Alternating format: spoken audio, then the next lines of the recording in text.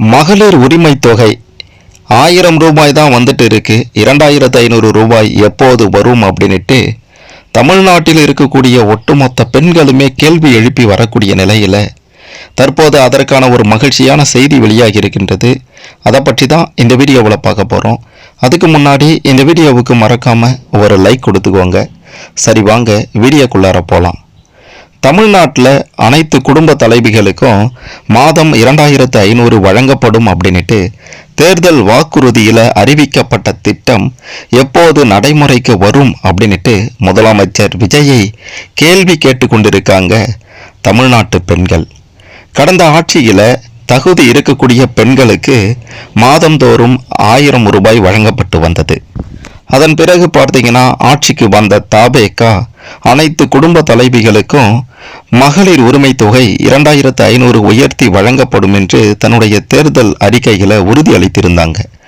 ஆட்சி பொறுப்பேற்ற பிறகு திட்டத்தை விரிவுபடுத்தவும் மறுசீரமைக்கவும் கால அவகாசம் தேவைப்படுவதாக அரசு கடந்த மே மாதத்தில் தெரிவித்திருந்தது. அப்போது சட்டப்பேரவையில் முன்னாள் முதலமைச்சர் மு.க. ஸ்டாலின் அவர்கள் என்ன சொல்லியிருந்தார்னா, 2500 ரூபாய் வழங்குவதாக கூறிய நிலையில ஏற்கனவே வழங்கப்பட்டு வந்த 1000 ரூபாய் தொகையையும் தாமதப்படுத்துறீங்களே ஏன் அப்படின்ற மாதிரி கேள்வி எழுப்பியிருந்தாரு. இதன் காரணமாக மே மற்றும் ஜூன் மாதங்களுக்கான 1000 ரூபாய் உரிமை தொகை பயனாளிகளினுடைய வங்கி கணக்கில் வழக்கம் போல வரவு வைக்கப்பட்டது. இதனால இந்த திட்டம் நிறுத்தப்படுமா அல்லது 2500 ரூபாய் கொடுக்கும் வரைக்கும் 1000 ரூபாய் வருமா வராதா அப்படின்ற மாதிரி பல கேள்விகள் இருந்த நிலையில் அதற்கெல்லாம் முற்றுப்புள்ளி வைக்கப்பட்டது.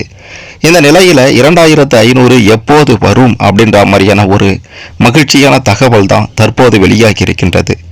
அண்மையில் தமிழகத்தினுடைய நிதிநிலை குறித்த வெள்ளை அறிக்கையை வெளியிட்டிருந்த நிதி அமைச்சர் மரிய வில்சன் அவர்கள் ஜூன் 21ஆம் தேதி செய்தியாளர்களை சென்னையில் சந்தித்தார். அப்போது அவர் என்ன சொல்லியிருந்தார்னா, 2500 ரூபாய் திட்டத்தை தொடங்கும் தேதி குறித்து முதலமைச்சர் அவர்கள் வருகின்ற நாட்களில் அதிகாரப்பூர்வமாக அறிவிப்பார் அப்படின்ற ஒரு தகவலை தெரிவித்திருக்கிறாரு. ஜூன் 22ஆம் தேதி முதலமைச்சர் விஜய் அவர்களுடைய பிறந்த நாள். அன்னைக்கு வருமா அப்படின்ட்டு கேட்டிங்கன்னா கண்டிப்பாக அன்னைக்கு வர வாய்ப்பு இல்லை. அதன் பிறகு ஓரிரு நாட்களில் நிச்சயம் இது குறித்த அதிகாரப்பூர்வ தகவல் வெளியாகும் அப்படின்ற ஒரு விஷயம் மட்டும் இப்போ வெளியாகி இருக்கின்றது.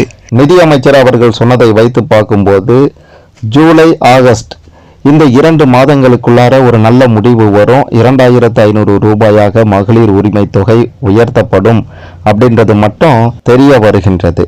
அது மட்டும் இல்லாமல் கலைஞர் மகளிர் உரிமை தொகை திட்டம் அப்படின்ற பெயரை மதிப்புமிகு மகளிர் திட்டம் அப்படின்ற மாதிரியும் மாற்ற போறாங்க அப்படின்ற மாதிரியான ஒரு தகவலும் வெளியாகி இருக்கின்றது. இந்த பெயர் மாற்றத்தை பற்றி நீங்க என்ன நினைக்கிறீங்க? பழைய பெயரே இருக்கலாமா அல்லது புதிய பெயர் சரியா இருக்குமா? உங்களுடைய கருத்துக்களை கமெண்ட்ல சொல்லுங்க.